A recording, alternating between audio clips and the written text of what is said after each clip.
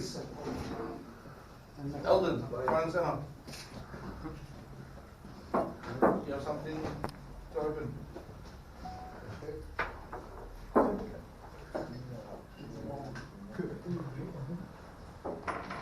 Hey, Iceman, met op labait.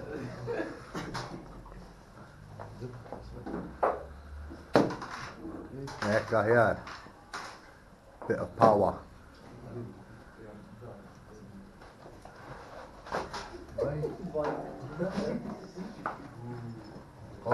Hey!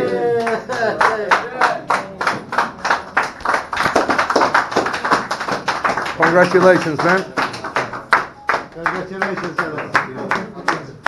Now, I'm not sure how many people know this, but Eldon's basically been part of the club since day one, just without a motorcycle.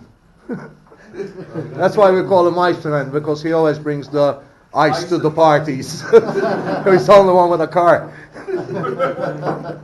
And after, what was it, 6 years of telling him to get a motorcycle license, he finally got one.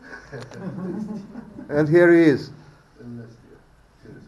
Congratulations, man.